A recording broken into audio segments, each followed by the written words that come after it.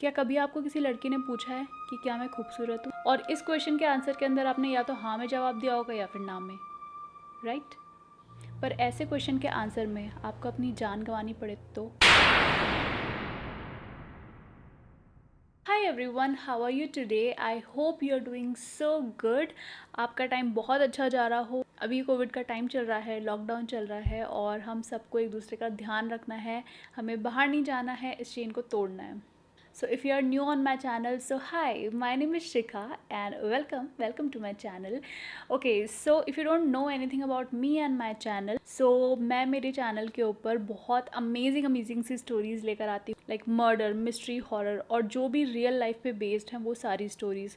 तो जितनी भी मैं हॉरर स्टोरीज़ लेकर आऊँगी या फिर मर्डर स्टोरीज़ लेकर आऊँगी, क्राइम स्टोरीज़ लेकर आऊँगी या कुछ भी लेकर आऊँगी, these all are based on real life incidents. But एक और चीज़ है कि जब भी मैं स्टोरी सुनाती हूँ साथ में मैं मेकअप भी करती हूँ। सो मैं दो चीज़ें एक साथ में कर रही हूँ, मेकअप एंड स्टोरी टेलिंग। सो जिनको भी real life based horror, mystery, crime, murder ऐसी स्टोरी सुनने में बड़ा मज़ा आता है, so this channel is for you. And अगर आपको मेकअप भी बहुत ज़्यादा पसंद है, makeup tutorials and if you love makeup, अलग अलग टाइप के लुक्स आपको लेना पसंद है, so this channel is also for you because पूरा की पूरा ट्यूटोरियल होने वाला है। सो आज की हमारी स्टोरी है कुचिसाकी ओना की। और अगर हम जापान में चले जाएंगे तो वहाँ पे शायद ही कोई ऐसा इंसान होगा जो उसको नहीं जानता होगा। ओके, सो ये कहानी है जापान की 1970s की। तब जापान एक डेवलपिंग कंट्री बन चुका था और साइंस में काफ़ी ज़्यादा तरक्की कर चुका था। ये वो टाइम आ चुका था जब लोग घोस्ट पे, ये भूत वगैरह, ये भूत प्रेत वगैरह ये सब चीज़ें होती थी, इन सबको एक तरह से अंधविश्वास मानते थे, इन चीज़ों पे भरोसा नहीं करते थे। और इसी टाइम पे जापान के लोगों के अंदर एक अजीब सा डर पैदा हो चुका था एक अनजान औरत का। और ऐसी चीज़ें होने लगी थी कि ना सिर्फ वहाँ के लोग बल्कि वहाँ की पुलिस तक ये सोचने पे मजबूर हो गई थी कि सच में आत्माएं होती हैं क्या, एक बदला लेने वाली आत्मा जो कि लोगों को बहुत ही डरावने तरीके से मार देती है। और जो मैं आज आपको सुनाने वाली हूँ वो सिर्फ एक कहानी नहीं है, वो अर्बन लेजेंड्स का एक खौफनाक सच है। और राइट, सो मैं आपके सामने एक सिचुएशन क्रिएट करती हूँ, आप बताना कि अगर आप उस सिचुएशन में होते तो क्या करते। क्या कभी आपको किसी लड़की ने पूछा है कि क्या मैं खूबसूरत हूँ? और इस क्वेश्चन के आंसर के अंदर आपने या तो हाँ में जवाब दिया होगा या फिर ना में। पर ऐसे क्वेश्चन के आंसर में आपको अपनी जान गंवानी पड़े तो? Just think about it. कितना अजीब लग रहा है ना, कितना अजीब सोचने में आ रहा है, नहीं? आप खुद ये सोच रहे होंगे कि क्या बकवास है, ऐसे भी कभी होता है? पर ये रियलिटी है। और ये हुआ था 1970s में, जब लोग दहशत और डर की वजह से अपने बच्चों को घर से बाहर तक नहीं जाने देते।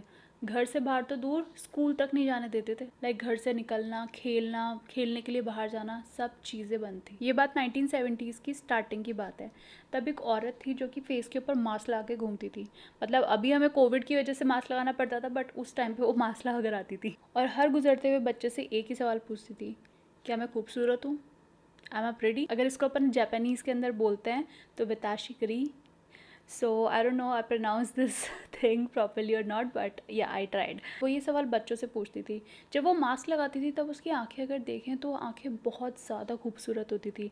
मतलब अगर बोलेंगे तो नशीली, बड़ी ब्यूटीफुल सी, बड़ी बड़ी सुंदर सुंदर सी आंखें। कोई भी अगर उसको देखता है तो वो ऑटोमेटिकली उससे अट्रैक्ट हो जाता है। मतलब बोलते हैं ना कितनी ब्यूटीफुल आइज़ है, तो बिल्कुल उसकी वैसी की वैसी आइज़। और उसकी आंखें देख के बच्चे बोलते थे, yes you are so beautiful, you are so pretty. और फिर ये सुनने के बाद में वो अपना मास्क हटाती थी और मास्क के पीछे उसका पूरा फेस कटा हुआ था, यानी कि उसके लिप्स यहाँ से और यहाँ से कटे हुए थे।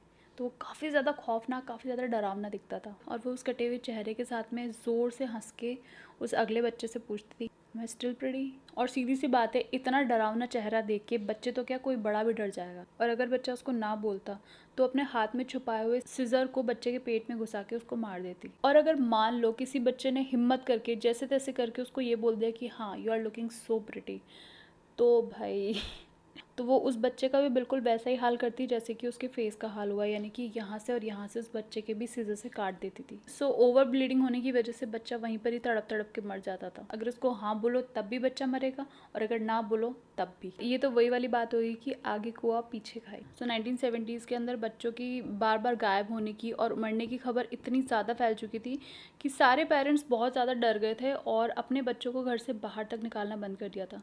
मतलब उनकी स्कूल तक जाने तक के अंदर एक तरह से पूरा रिस्ट्रिक्शन लग चुका था। लाइक स्कूल हुआ, प्लेग्राउंड हुआ, या फिर जहाँ पे भी बच्चे सबसे ज़्यादा जाना पसंद करते हैं, इन सभी जगहों पे गवर्नमेंट वहाँ पे रिस्ट्रिक्शन लगा चुकी थी। तो ये चीज़ क्लियर हो चुकी थी कि जो बच्चे हैं वो घर से बाहर बिल्कुल भी सेफ नहीं है, तो सब बच्चों को घर के अंदर रखा था। और ना सिर्फ पेरेंट्स, बच्चे खुद भी ये बात समझ चुके थे, क्योंकि उनके साथ वाले बच्चों के साथ में ऐसी ऐसी चीज़ें हुई थी कि वो बच्चे खुद भी डर के मारे बाहर नहीं निकल पा रहे थे। बच्चों के मन में कोचिसा के ओना का जो डर है वो बहुत ज़्यादा घर कर चुका था। लाइक कोचिसा के ओना का कटा हुआ चेहरा, उसके लंबे लंबे नाखून और हाथ में सीजर, जिससे कि वो किसी को भी मारने के लिए तैयार थी। और उसकी वही भयानक आवाज़ के अंदर बोलना, "Am I pretty?" या फिर "Am I beautiful?"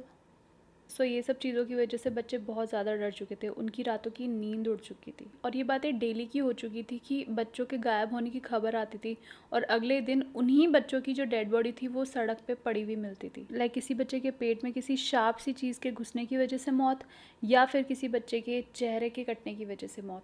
और हर किसी के मुंह पे सिर्फ एक ही नाम था, कोचिसा के ओना। और कोचिसा के ओना के लिए कहते थे कि वो रेड कोट पहनकर मुंह पे मास्क लगाकर आती थी, और यही नहीं, हाथों में सिजर लेके वो रास्तों पे घूमती थी, लिटरली घूमती थी वो। अब एक्चुअल में उसके साथ में क्या हुआ था वो मैं आपको बताती हूँ। सो कोचिसा के ओना को स्लिट माउथ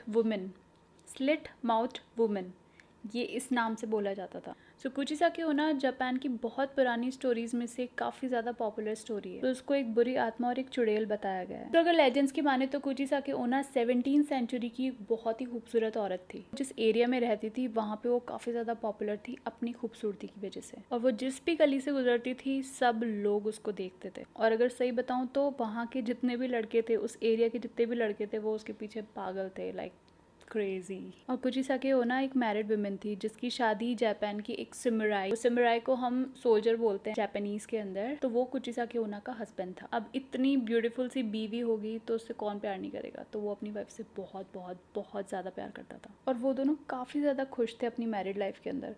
बट इसके अंदर एक ट्विस्ट है। कोचिसा के ओना एक चीटर थी, एक चीटर मतलब लाइक अपने हस्बैंड को धोखा देने वाली एक औरत थी। So she was a cheater, a big cheater. कोचिसा के ओना का हस्बैंड एक सोल्जर, एक समुराई होने की वजह से ज़्यादातर ये होता था कि वो घर से बाहर ही रहता था। सो एक टाइम की बात है कि कोचिसा के ओना का जो हस्बैंड था वो किसी वॉर में गया हुआ था, और दूसरी साइड जो कोचिसा के ओना है वो हमेशा कोई ना कोई चांस, कोई ना कोई मौका तलाश करती रहती थी कि कब उसका हस्बैंड बाहर जाए और वो घर पे किसी और को बुला ले, क्योंकि उसके बहुत सारे अफेयर्स चल रहे थे। तो उस टाइम पे जब उसका हस्बैंड बाहर था किसी वॉर की वजह से, तब उसने किसी और को अपने घर में बुला लिया था। पर कोचिसा के ओना को बिल्कुल भी आइडिया नहीं था कि उसका हस्बैंड इस बार थोड़ा जल्दी घर आ जाएगा। मतलब उसको कोई इन्फॉर्मेशन नहीं दी, कुछ नहीं। जो टाइम उसने बताया था कोचिसा के ओना को कि मैं इतने टाइम में आऊँगा, वो उस टाइम से थोड़ा जल्दी आ गया। और थोड़े टाइम के बाद में कोचिसा के ओना का जो हस्बैंड है वो घर लौट आया। पर जब वो घर लौटा और उसने देखा कि जो उसकी वाइफ है वो किसी और के साथ में है, तो उसको बहुत ज़्यादा गुस्सा आया। सो जो लड़का कोचिसा के ओना के साथ में जो था उस टाइम पे, और उसके हस्बैंड ने जिस लड़के को उसके साथ में किसी गलत कंडीशन में पकड़ लिया था, वो बहुत ज़्यादा डर गया कोचिसा के ओना के हस्बैंड को देखकर, और वो उससे जान की भीख मांगने लग गया।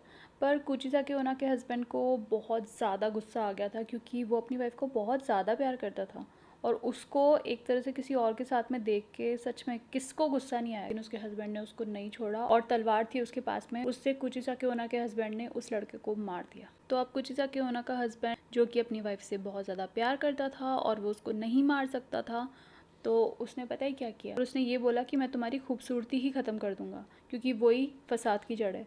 तो ये बोल के उसने अपनी तलवार निकाली और कोचिसा के ओना का जो फेस है वो तिरछा काट दिया, और उसका फेस काट के उसी से बोला कि अब कौन तुम्हें बोलेगा कि तुम खूबसूरत हो। और ऐसा बोल के कोचिसा के ओना का हस्बैंड उसको उसी घर के अंदर अकेला छोड़ के चला गया, हमेशा हमेशा के लिए। इस इंसिडेंट के बाद में कोचिसा के ओना बहुत ज़्यादा रोई, बहुत ज़्यादा गिल्ट फील हुआ, बहुत ज़्यादा बुरा लगा। और इन्हीं सभी सर्कमस्टेंसेस की वजह से उसका फेस ख़राब हो गया, उसका जो रियल फेस था वो सामने आ गया, मतलब कि जो उसका चीटर वाला जो फेस था वो सामने आ गया, और उसके हस्बैंड को पता पड़ गया। और ये जितनी भी चीज़ें हुई उससे उसके मन में बहुत ज़्यादा गिल्ट फील हुई, और एट द एंड उसने सुसाइड कमिट करा। और जाहिर सी बात है कि जो हस्बैंड उसको इतना ज़्यादा प्यार करा करता था, और जो खूबसूरती जिसकी वजह से उसको बहुत ज़्यादा घमंड आ गया था, वो एक ही सेकंड के अंदर, एक ही पल के अंदर उससे दूर हो चुकी थी। और रही सही के अंदर उसने जो बिट्रे किया था अपने हस्बैंड के साथ में, उसने जो चीट किया था अपने हस्बैंड को, वो तक लोगों के सामने आ गया था, और ये चीज़ें लोगों को भी पता पड़ गई थी। तो वो किसी के पास में किसी भी तरीके की हेल्प या फिर कुछ भी लेने नहीं जा सकती थी, क्योंकि उसका फेस जो कट चुका था वो वापस से तो ठीक हो नहीं सकता था। और उसका हस्बैंड, जिसको इतना बड़ा धोखा मिला था, वो भी उसके पास में नहीं आ सकता था। तो जो 2 चीज़ें जो उसकी लाइफ में सबसे ज़्यादा इंपॉर्टेंट थी, वो उससे दूर हो चुकी थी। अब ऐसे लोगों की डेथ होती है तो मरने के बाद में एक बुरी आत्मा बन जाते हैं, क्योंकि मरने के बाद में भी उन लोगों को शांति नहीं मिलती है। और हुआ भी बिल्कुल सेम। उसके मरने के बाद में उसको शांति मिली नहीं, और उसकी आत्मा अलग अलग जगह भटकती थी, मतलब उसी एरिया के अलग अलग जगह पे भटकती। और अब चीज़ें भी होना स्टार्ट हो चुकी थी, और उसका जो खौफ है वहाँ के लोगों के अंदर अच्छा खासा बैठ चुका था। 1970s के अंदर एक ये अफवाह भी फैली थी कि एक बूढ़ी औरत थी जिसका नाम याओ टिसो करके था। उसने अपने खेत की तरफ एक औरत देखी थी जो सीधा उसकी तरफ देख रही थी। वो कंटिन्यूसली उसके खेतों की तरफ मुंह करके खड़ी हुई थी। उसने देखा और थोड़ी सी देर के बाद में वो गायब। और ये न्यूज़ वहाँ के लोकल न्यूज़पेपर्स हैं उसके अंदर छपी थी, और ये जैसे ही छपी थी वैसे ये चीज़ पूरी जगह आग की तरफ फैल गई थी। और लोग इतना तक कहते थे कि रेड कोट पहने एक औरत आती है, 6 सेकंड्स के अंदर 11 मीटर की जो दूरी है, जो डिस्टेंस है, वो पार कर लेती है। मतलब कैसे? God, this is so creepy, this is seriously so horrible. मतलब बहुत अजीब है ये बात। देखो, 10 लोग 10 मुंह 10 बातें। तो लोग ये भी कहते थे कि अगर उसको पैसे देते थे या फिर हार्ड कैंडी देते थे तो वहाँ से चली जाती थी। अगर पैसों वाली बात है तो मेरे अकॉर्डिंग शायद कोई ना कोई उसी के नाम से, मतलब जो ठग टाइप में लोग होते हैं, जो लोगों को बेवकूफ़ बना के पैसे ले लेते हैं, मुझे लग रहा है पैसों वाली चीज़ तो वही हो सकती है। क्योंकि आत्मा या फिर इस तरह की कोई ईविल टाइप का कुछ होगा तो वो आई डोंट थिंक कि पैसों से उसको कुछ मतलब रहेगा। तो शायद ऐसे करते हैं लोग, बहुत सारे लोग हैं जो भूत के नाम पे या फिर और चीज़ों के नाम पे ना लोगों से पैसे लेने की कोशिश करते हैं। तो मुझे लग रहा है कि ये चीज़ तो वही हुई होगी। पर ये सब चीज़ें समझ में आती है, लेकिन 1970s के अंदर वापस आना और वो भी बच्चों को टारगेट करना, मतलब बच्चों को टारगेट करना, जबकि हुआ ये था कि उसके हस्बैंड ने मारा था, और जो भी चीज़ें हुई थी, मतलब उसके अफेयर जो चले थे वो लड़कों के साथ में चले थे, बट बच्चों को टारगेट करना, ये थोड़ा समझ में नहीं आया। और शायद ये भी हो सकता है कि बच्चे इनोसेंट होते हैं और वो लोग झूठ नहीं बोलते, इसलिए वो बच्चों को टारगेट करती हो। सो इसी इंसिडेंट से जुड़ी हुई एक बच्चे की कहानी मैं आपको बताती हूँ, जिसका नाम जॉन था, और स्कूल से घर लौटते टाइम उसने एक कटे हुए मुंह की चुड़ैल देखी थी। गॉड। अब डरा हुआ जॉन उससे बचने के लिए तेज़ी से घर की ओर भागने लगा।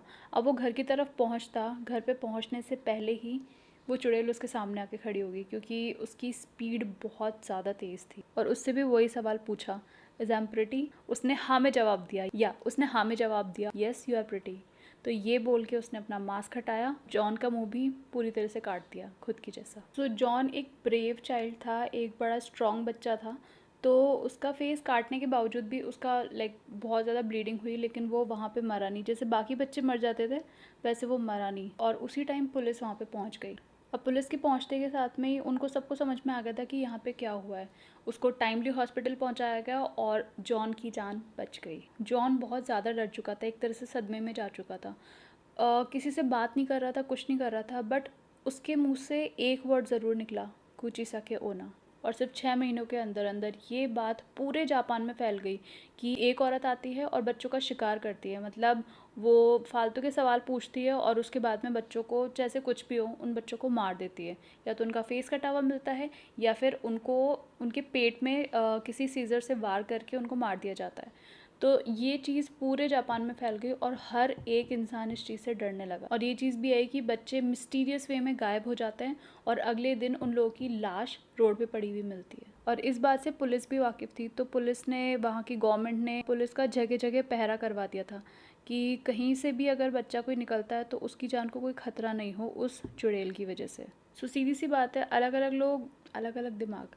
सो पुलिस में भी कई ऐसे लोग थे जिन लोगों को ये लग रहा था कि ये काम किसी सीरियल किलर का है, जबकि ये नहीं पता था कि ये किसी आत्मा का काम है।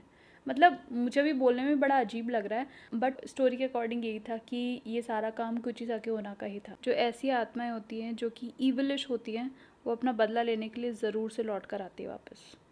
सो डर मत जाना, मतलब ये चीज़ है, ये कुचिसाके ओना के केस में हुआ था, इसीलिए मैं बोल रही हूँ। सो जस्ट डर मत जाना, जिस वे में मैं बोल रही हूँ, एक बार को मुझे भी डर लग गया। सो आई मेकअप हो चुका है, so it's totally up to you कि आपको इसके ऊपर फॉल्स आईलैशेस लगाने या नहीं लगाने।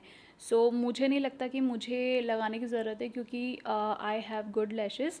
सो मैंने इसी को मस्कारा लगा के और इन्हीं को कर्ल कर लिया, एंड आई थिंक कि अच्छे लग रहे हैं, लाइक ओके। सो भले ही पुलिस ने एक सीरियल किलर के नाम पे ही सही, बट काफ़ी अच्छा खासा पहरा दे दिया था। और वहाँ पे जो भी जगह जहाँ पे यूँ लगता था कि बच्चे यहाँ से जाएंगे और उनकी जान को खतरा है, तो उन सारी रोड्स के ऊपर और उन सारी जगहों पर पुलिस ने काफ़ी अच्छा खासा पहरा दे दिया था। और इसी वजह से कुचिसा क्यों ना किसी भी बच्चे का वापस से शिकार नहीं कर पाई। बच्चे बाहर नहीं निकल पा रहे थे घर से, और उनके पेरेंट्स ने भी उनका एकदम बंद कर दिया था वहाँ से जाना। तो इसी तरह से कुछ महीने तक चलता रहा, पुलिस का पहरा रहा, और वो ये जो वारदातें थी और ये जितने भी इंसिडेंट थे वो सारे के सारे धीरे धीरे करके कम होने लगे। तो लोगों को यही लगने लगा कि कुचिसाकी ओना ने अब वहाँ का रास्ता छोड़ दिया है, वहाँ से वो लौट चुकी है वापस जहाँ से वो आई थी। तो पुलिस की कड़ी पहरेदारी की वजह से लोगों ने यही सोचा कि अब वो किसी का शिकार नहीं कर पाएगी जब तक पुलिस है। बहुत लंबे टाइम के बाद में जो लोग थे उन लोगों ने अपने बच्चों को घर से बाहर निकलने की परमिशन दी। आज भी जापान के लोग ये कहते हैं कि कुचिसाकी ओना वापस आएगी और अपना बदला लेगी, और जब वो आएगी तो वो किसी को भी नहीं छोड़ेगी। लोगों के मन में डर देखो, मतलब इतने साल पुरानी की बात है और आज तक लोग उस चीज़ से डरते हैं। सही बताऊँ ना, जिस टाइम पे ये मैं स्टोरी सुना रही थी ना, मुझे खुद को बहुत ज़्यादा डर लग रहा था। मतलब ये बहुत ज़्यादा अजीब है। मतलब एक बार को मारना अलग चीज़ है, बट जिस तरीके से मारना, मतलब फेस दिखा के, डरा के, मतलब लाइक उसका स्कैरी फेस। अगर आप गूगल भी करोगे कुचिसाकी ओना तो उसके इतने डरावने डरावने चेहरे आ जाएंगे। तो आप ये सोचो कि रियलिटी के अंदर जब लोगों के सामने वो आती थी और जिस तरह से बताते हैं कि वो स्माइल करती थी, गंदी सी हंसी हंसती थी, कितना डरावना लगता होगा गाइस। मतलब उस स्कैरी फेस को देखे किसी भी इंसान को हार्ट अटैक आ सकता है। तो कुचिसाकी ओना के ऊपर 2 मूवीज़ बनाई हुई है। फर्स्ट है carved the slitted mouth women, and second carved 2। और दोनों ही मूवीज़ के अंदर ये लेजेंड के बारे में कुछ बताया नहीं है। सो ये थी स्टोरी कुचिसाकी ओना की। और सच बताऊं तो इससे पहले ये जो मैंने स्टोरी आप लोगों को बताई है इसके बारे में मैंने बहुत ज़्यादा इसके बारे में पढ़ा है। बट इससे पहले मैं स्कूल में थी तब से मैं ये स्टोरी सुनती हुई आ रही हूँ, लेकिन मुझे ऐसा लगता था कि चलो ये ऐसी कहानी होती होगी। बट अब जब इसके बारे में सब लोग बात कर रहे हैं, मैंने काफ़ी सारे वीडियोज़ देख लिए, काफ़ी सारी चीज़ें देख ली, तो सच में ऐसा लगता है कि कुछ चीज़ें हैं जिन पे हम जैसे बिलीव करें ना करें, बट वो चीज़ें एग्जिस्ट ज़रूर करती हैं। हमारे मानने या ना मानने से सच्चाई बदल नहीं जाती। तो जो चीज़ है, जो प्रेजेंट है, वो चीज़ होती है। और सही बताऊँ तो कई लोग इन चीज़ों को चैलेंज करते हैं, मुझे नहीं लगता कि इन चीज़ों को चैलेंज करना चाहिए। सो गाइज़, ये कहानी थी कुचिसाकी ओना की। बहुत सारे लोगों ने ये सब चीज़ें सुनी होगी कि भाई एक मुँह कटी हुई एक औरत आती है जो कि 2 चीज़ें पूछती है कि आई एम प्रिटी। अगर उसको ना बोल दो तो मार देती है, और अगर उसको हाँ बोल दो तो कि यस यू आर प्रिटी, तो फिर वो उसका फेस भी अपनी जैसा कर देती है। तो ये चीज़ें आप डेफिनेटली बहुत टाइम से सुनते हुए आ रहे होंगे, बट क्या इसकी रियल स्टोरी आपको पता थी कि एग्जैक्टली उसके साथ में क्या हुआ था?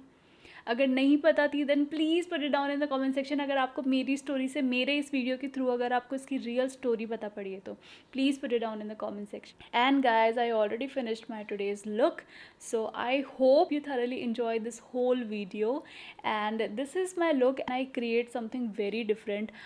इससे पहले मैंने काफ़ी सॉफ्ट सा ग्लैम सा लुक लिया है, लेकिन इस बार मैंने definitely this is a glamorous look, but इस बार मैंने थोड़ा एक्सपेरिमेंट किया है। इस बार मैंने ब्लू कलर को पीची कलर के साथ में मिक्स करा है। आई होप ये एक्सपेरिमेंट अच्छा लग रहा हो, ये तो आप ही मुझे बता सकते हो। So put it down in the comment section जो भी आपको लग रहा है। I really love this look, seriously I really love this look. So इसको आप किसी भी वेडिंग के फंक्शन के अंदर आप इसको वेयर कर सकते हो। जो भी आपका ड्रेस होगा उसमें अगर ब्लू का थोड़ा भी कॉम्प्लीमेंट होगा, यानी कि कोई भी फ्लावर होंगे या फिर थोड़ा भी शेड होगा, तो ये वाला लुक बहुत ही ज़्यादा ब्यूटीफुल लगेगा। आप इसको किसी भी पार्टी के अंदर भी वेयर कर सकते हो। It's really looking so good. अगर आप इसको वेस्टर्न में भी पहनना चाहो तो वेस्टर्न में भी आप इसको वेयर कर सकते हो, और अगर आप इसको एथनिक यानी कि इंडियन के अंदर भी अगर आप इसको वेयर करना चाहो तो भी ये बड़ा ब्यूटीफुल लगेगा। So it's totally up to you कि आपको इसके अंदर फॉल्स लैशेस इसमें यूज़ करने हैं या नहीं करने। It's totally up to you. अगर ये लुक आपको अच्छा लगा हो तो please please please let me know in the comment section. आप वो कमेंट सेक्शन में ज़रूर से मुझे बताना, क्योंकि आपका हर एक सजेशन, एक एक कंस्ट्रक्टिव कमेंट मेरे लिए बहुत ज़्यादा इंपॉर्टेंट है। है। अगर आपको ये वीडियो अच्छा लगा है तो प्लीज़ एक अप्रिशिएट कमेंट ज़रूर से करके जाना। And yeah guys, don't forget to hit a like button on my today's video. और अगर आपको नहीं अच्छा लगा है तो प्लीज़ वो भी मुझे आप बताना। और अगर आप इसको रिक्रिएट करते हो तो don't forget to tag me on Instagram and on YouTube. Instagram और बाकी सारे सोशल मीडिया का लिंक मैंने डिस्क्रिप्शन बॉक्स में दे दिया है, so don't forget to follow me on the other platforms.